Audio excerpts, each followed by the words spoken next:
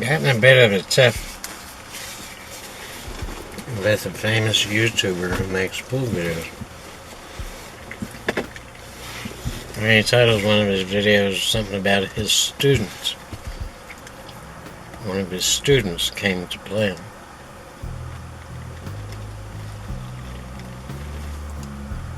If I never, ever refer to you people as students, you're not my students. I am not your teacher.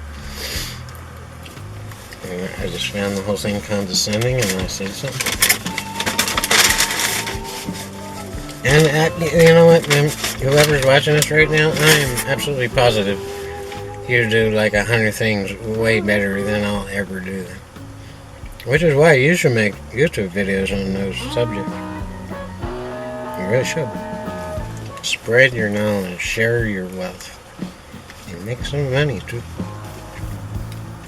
You know, there's tricks to it and stuff, but you can learn all that on YouTube.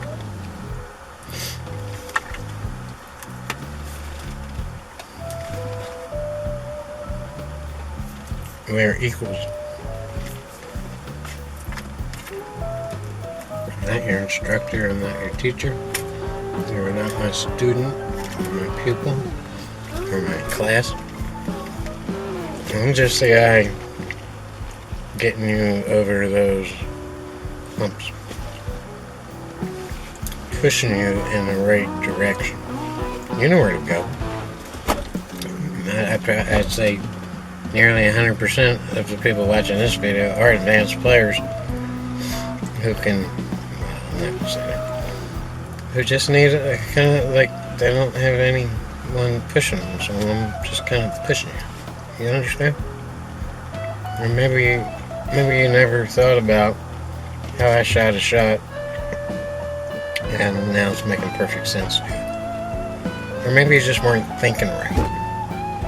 Maybe your head was kind of, screwy and going in the wrong direction. I'm just the guy to get you set, get you going in the right direction. Brenda, that's what I do. What is that?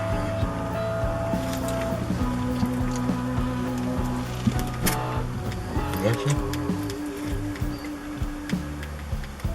If you were here, I'd give you some. It's actually very good.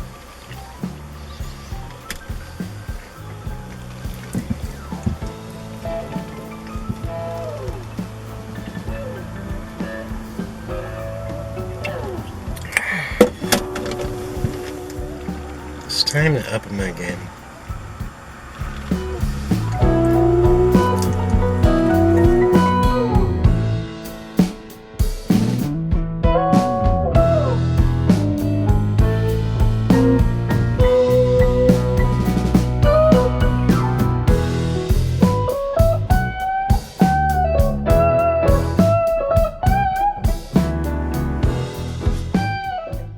Bit of a strange layout here. 8 balls are on the right hand side of the table, and the 6 balls laying out there on the left side out in Nowhereville. Yeah, this doesn't happen a whole lot, but the pattern looks pretty dang easy. You can see this backward, and so we see the 9 balls on the row there. That might pose a little bit of difficulty, but probably not, because of where the 8 ball is, and if we can get behind the 8 ball to shoot it up there in the right hand corner, we can easily get on the 9, as long as we stay on the left side or straight in on the 8 ball. Or we could get behind the 8 ball and just shoot it in the side and roll up a couple inches on the 9 ball. You don't want to get on the rail on the 9 ball. That's pretty much the only thing you don't want in that situation. So now the question is, can you get behind the 8 ball from where the 7 ball is? And the answer is absolutely. So can you get that 7 ball position from where the 6 ball is? And yeah, it's not a problem. Can you get from the 5 to the 6 in that position on the 6? And it's like, yeah, it should be pretty easy. Can you get from the 4 to the 5 in the right position to do all that? And yeah, so can you get from the 3 to the 4? Yeah. Can you get from the 2 to the 3? Yeah. Can you get the right position on the 2 from where the 1 ball is? And it's like, yeah, we have to go around the 6 ball, but it shouldn't be that much of a problem. So let's go ahead and do it, Scooby. I'm really, you can see I'm putting an extreme amount of top on here, but it's really not a decision. The problem is I'm jacked up because of that 7 ball is forcing me to jack up.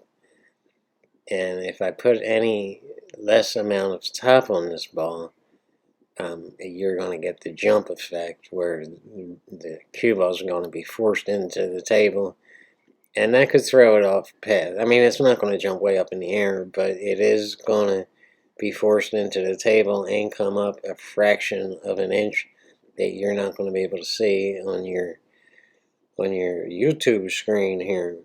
And that can always, if you're not exactly center ball, it's going to distort the cue ball to an extreme, and we don't want that. We don't want the jump shot effect. So I'm trying to lessen that just by putting a whole lot of top on it and just rolling it up. You don't want to slam this ball. You're just trying to get around the 6 ball for a shot on the 2 ball.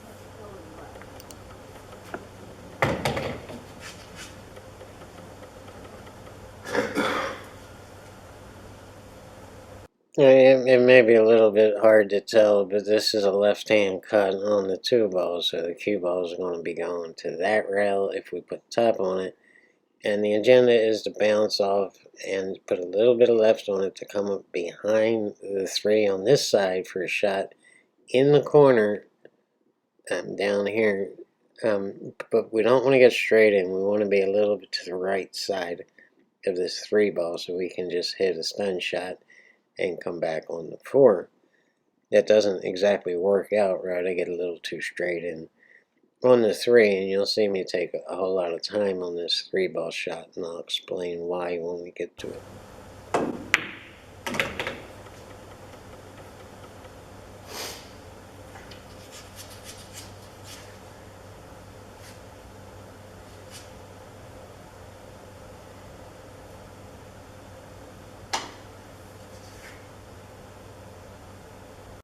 If you have watched all my pull videos on YouTube, you can obviously see this is the longest amount of time I've taken on any shot in all my videos. And we're straight in on the 3. So when you're straight in on the shot, you basically have 3 options. You can push forward, which would be very silly in this position. You can stop the cue ball, which is a valid option on this 4 ball. Or you could pull the cue ball back, draw it back, and bounce off that rail to try to get the right angle on the 4 to get on the 5. So you're basically down to 2 options. Should you just stop the ball and take a bit of a tricky cut on the 4, especially while trying to get back on the 5? Or should I draw it back? That's what I'm debating, and that's what's taking so long on this shot. Hey, here's a quick snake oil alert. And this subject keeps on coming up, so I feel I have to address it. I will address it briefly here, and I'm going to dedicate an entire video to addressing it in very, very minute detail. Aiming. Set up a shot like this, that 3 ball shot. Corner, long, straight in shots. And make sure it's absolutely straight in. Now shoot the ball on a stop shot and try to stop the cue ball right in back of the 3 ball.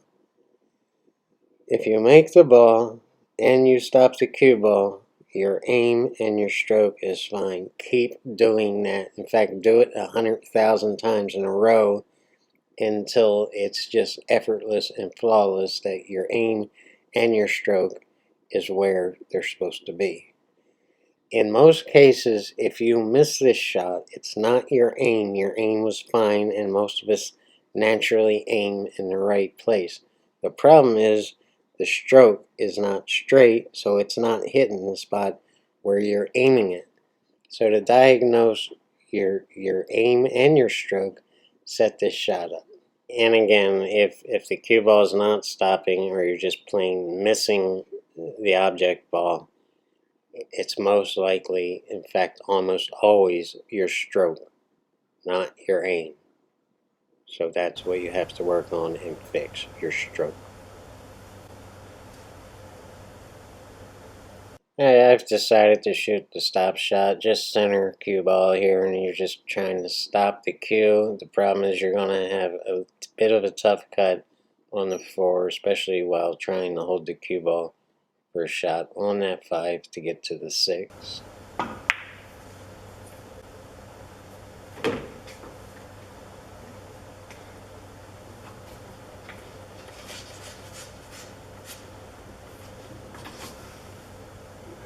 The more talent you have, the worse your luck is. And should I get into this? Yeah. Luck. Nature gives luck to people with no talent, and that just keeps them hopeful and willing to fight for survival. Forget about luck. Pool's not about luck. And the better player you are, again, the worse your luck gets. So throw that away and start relying on your talent and focusing on that, and you'll go much, much further than the guy relying on luck. And my point is, I see a lot of amateurs slamming this ball and hoping for the best on the 5 ball. Relying even slightly on luck is going to get you in big trouble and you're going to lose. Aim this ball, take a little more time to aim it, focus on keeping a straight stroke and hit it softly. The object ball will make it to the pocket if you hit it in the right place. You want to hold it up for that 5 ball shot and you want to stay in control of the game. So nothing fancy on this shot, just center ball.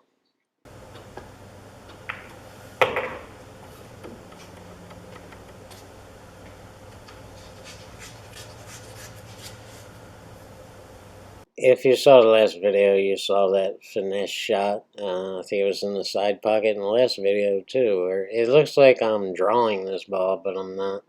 I'm not stroking to draw off the 5 ball. You could do that. You could draw off the 5 and bang into the 8 just to stop it on the 6, but I would not recommend doing that unless it's absolutely necessary.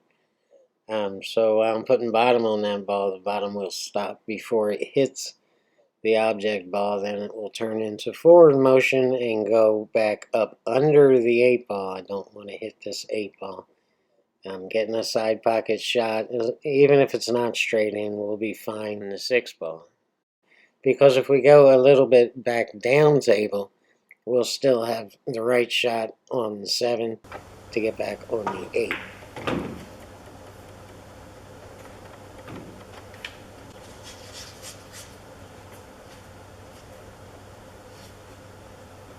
And here's what I was trying to say. You're just putting a little bit of bottom, just a hair below center, just to stay in control of the 6 ball. This is a left-hand cut, so naturally the cue ball wants to go back down table.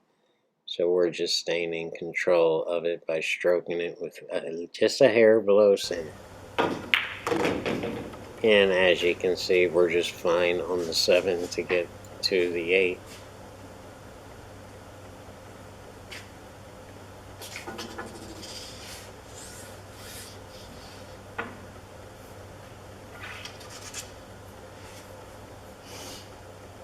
I seriously considered shooting this 8 ball into the side, but that would have us crossing the line from the cue ball to the 8 ball, as if we're shooting the 8 ball. So if I go a little too long after shooting this 7 ball, I'm not going to be on a good angle to shoot this 8 to get on the 9. And if I come up a little bit short, I'm just even going to be a worse angle on the 8 to shoot it in the side to get on the 9. So a better idea is to shoot this 8 ball in the corner pocket right up there. And this way, if I come up short on the line for the 8 ball, I'll still have the line. If I go a little bit long, I'll still have the line. So that's what determined me shooting this 8-ball in the corner. Now, I just replayed what I just said, and there's absolutely no doubt that confused some of you, especially if you haven't watched my previous videos on playing the line. And this is an important subject, and understanding it will make you a better pool player. I have no doubt about it. So I'm going to cut away to a graph so I can show you guys exactly what I'm talking about, and this is very important to improving your pool game. And here's the line for a side pocket shot on the 8. So if we put right hand English on the 7-ball shot, and probably a little bit of draw too, and we try to get on that line, I mean, it's an option, but it's not a good option. Because if we don't get straight on it right on that line, we're going to be in trouble. So the problem with the side pocket option is that you're not playing into the line, you're playing against the line. So you're forced to get perfect on that line, and if you come up short, right about here, you're going to be in big trouble trying to get on the 9. If you come up long to right about here, you're shooting away from the 9-ball, and it's going to be a little bit difficult to get a decent shot on the 9.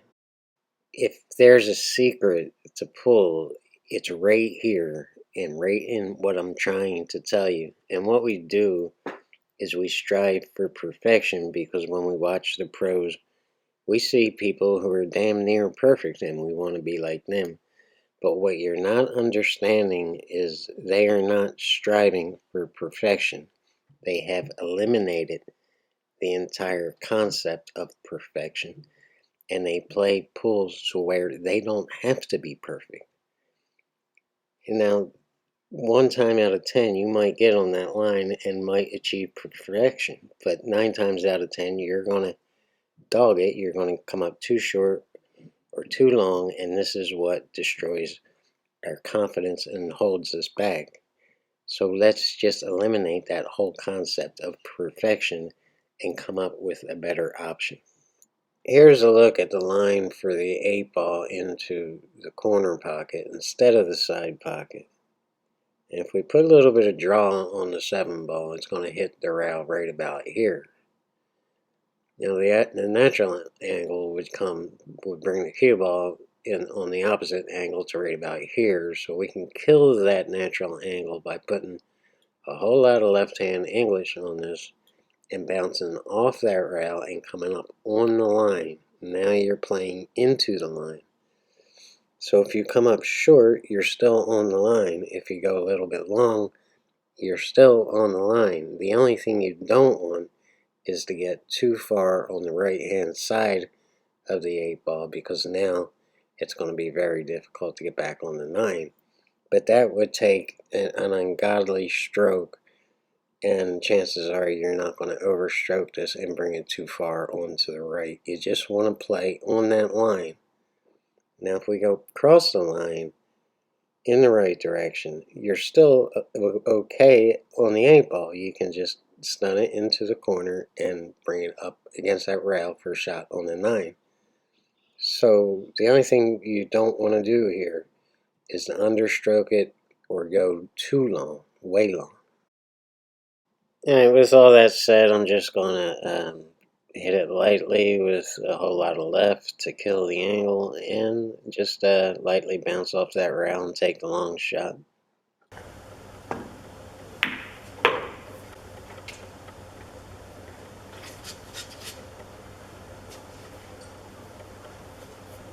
Just a straight in stop shot. Put just a hair of bottom on this to compensate for the distance, and we should stop on the 8. Lock your shoulder up and keep your elbow up in the air.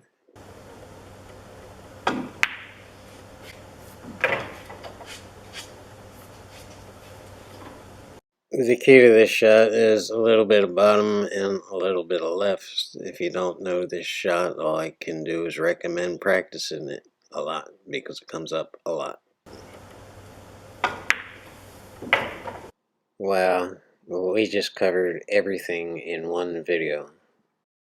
At this point in production, I have no idea of what we're going to title this video. I can't just key in on one subject, so what the hell are we going to name this video? Oh well, I guess I'll figure it out when I get done here and go to stick it up on YouTube. Everything about pool. Everything you need to know about 9-ball. No, I don't know. Let's just watch the whole game without the yakking, without the graphics, without anything. Okay, Scooby?